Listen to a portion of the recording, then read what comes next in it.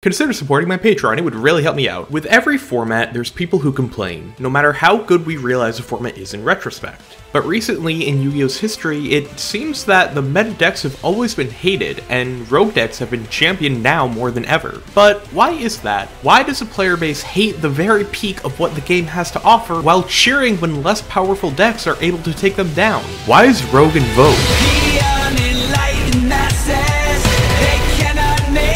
Judgment call, give up free will forever, their voices won't be heard at all. To understand why there's such a disdain for the top decks of a format, we need to understand what the general consensus of a healthy deck is. A healthy deck to most players is a deck that isn't unbeatable but still powerful. This automatically rules out any deck that ends on a floodgate or an infinite amount of negates. That's why Virtual World is currently seen as a healthy powerful deck. As opposed to when it was at full power with VFD, stopping your opponent from being able to play the game, everyone hated it. People, surprisingly, want to play Yu-Gi-Oh! And any deck that oppressively stops you from doing that is shunned. So even when a deck is considered rogue but ends on a floodgate like Guru Control, it's hated by everyone and called a monkey deck. Because it's not fun, it's not interesting to watch your opponent end on 5 uninteractive cards, whether they be 5 floodgates or 5 omni negates. And from a spectator perspective, it's not interesting to see people play solitaire. We want to see interaction, we want to see something shocking.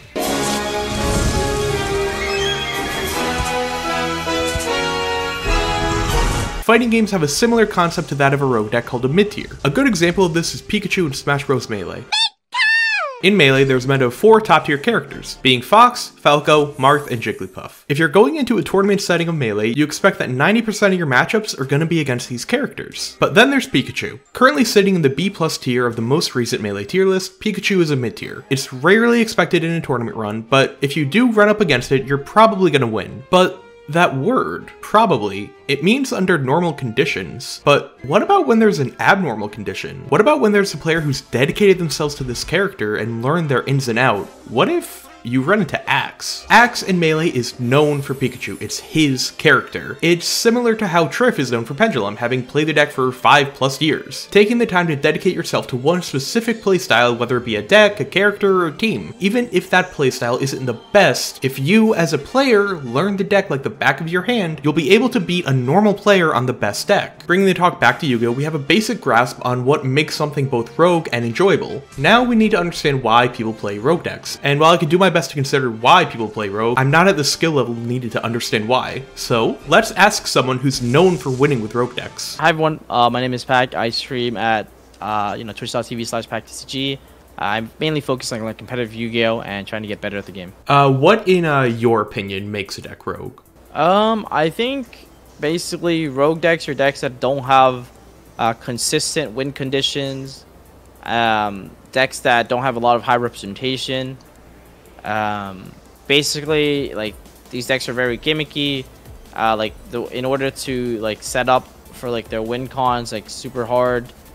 So I would say those are the main things. Are not an identifiable win con is one of them, or if the win con's there, it's very bad or inconsistent to achieve that win condition. So I would say that's mainly it. You see that a lot of rogue decks usually typically struggle to keep up with meta decks, and they have to rely on some sort of floodgate or something to keep themselves afloat. But it's mainly just because their cards themselves inherently aren't powerful enough to facilitate faster gameplay, which is a lot of what Yu-Gi-Oh is today. Why do you think people love rogue decks so much as opposed to the better top tier decks of the format? I mean, people will always play what they like, and it also just depends on what your goals are. So if your goal is be really good at the game, I think having playing only rogue decks is a limitation on yourself. But for some people, that's something that is one of their goals, right? They want to do really well with rogue decks. So it's almost a flex to show that even though I'm not playing quote unquote what everyone thinks is the best deck, I can still compete at a pretty high level with decks that aren't the highest represented or something along those lines. I like playing rogue decks because I think it gives me a challenge outside of the norm. The cards are definitely not as powerful. You have to play a lot better in my opinion, because like I said, your engine is just inherently weaker. But it's super rewarding, it's super fun. I like those types of games, and I like the challenge of trying to deck build really good rogue lists as well, or rogue deck lists. Just because like like a lot of people don't really show much love to them, and I think it's like just a fun challenge overall for me personally. Hey, quick break. Did you know that you should subscribe? Okay, back to the video. So going off that, you said you enjoy building rogue decks. So does that mean you consider like rogue decks that you play like DDD and stuff rogue, or do you like consider them decks that could be tiered? They just haven't had enough representation yet. I think like most people who try to build rogue decks, they build it like with the mindset of like not trying to win, if that makes sense. Like they kind of just build it just to build it, like just for the purpose of playing a rogue deck. But when I approach a rogue deck, the way I look at it is like I'm trying to make it as optimal as possible to compete in the metagame. And sometimes that involves like playing like hand traps or choices that a lot of people who play those rogue decks won't agree with, because they want to play like the random one of in-engine archetype that like does literally nothing except on turn 5, you know what I'm saying? So it's more of like, it's like I want to build the rogue deck to like do well, not to just play. I mean, like I said, it just depends on like your mindset and where you're headed. Like I have decks that I build like a rogue that are just like super jank, and I play for fun, like some sort of like 60 card pile, right? Sometimes those are like really fun. Like I like doing that sometimes, and like it was actually funny because the origin story of like my Trap Shaddoll deck originally came as a result of me just building rogue decks randomly. Like I remember I had a 60 card Trap Shaddoll deck, and I made this profile like ages ago, and then it was actually the inspiration for me to make it into the YouTube series, like Balling on a Budget, because I saw like, oh, it was like actually really good, and trap cards are actually like very powerful in conjunction with like Shaddoll cards that are like resource generators. And this is like in 2019 2020, in which like Shaddolls have been like basically out of the metagame since like 2015 Duelist Alliance.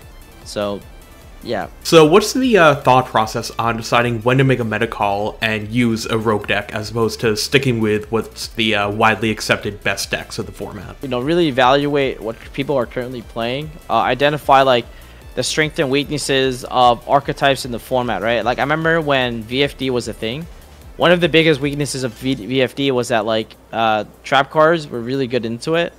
So I remember like I was playing Trap Shaddolls even though everyone was playing Virtual World, right? And I was still able to like do very well, like topping like a couple like PPGs.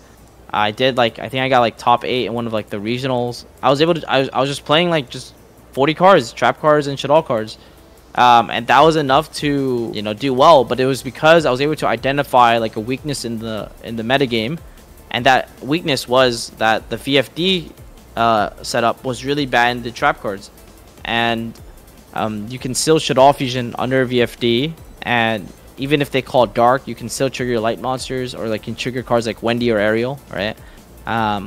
So these are like the things that like I was evaluating that I noticed that led me to playing the like rogue decks such like Trap Shaddolls, for example.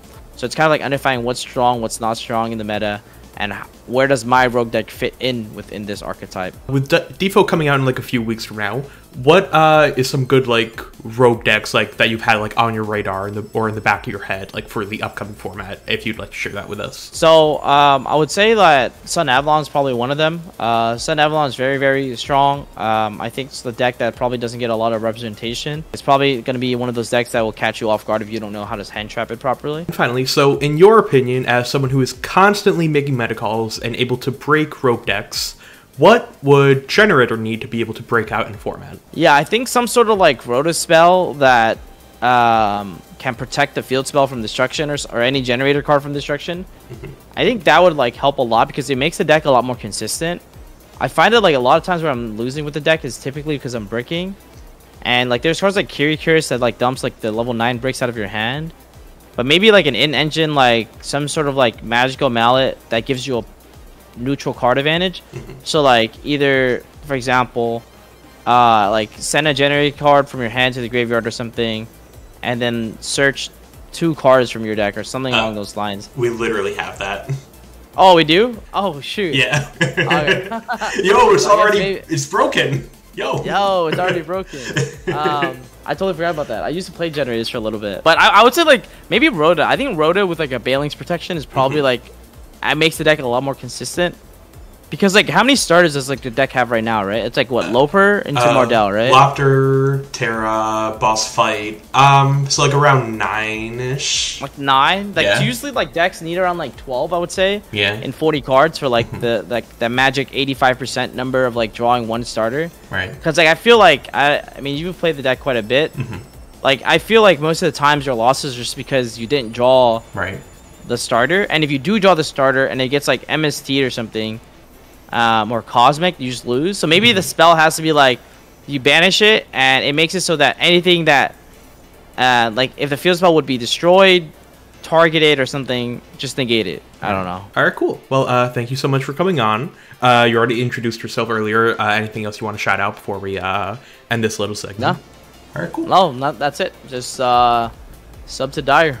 Yo, Thank you, guys. Real. Thank you so much. So, with his thoughts on the matter, I think it's clear that while a deck being rogue is fun, it being rogue doesn't make it good.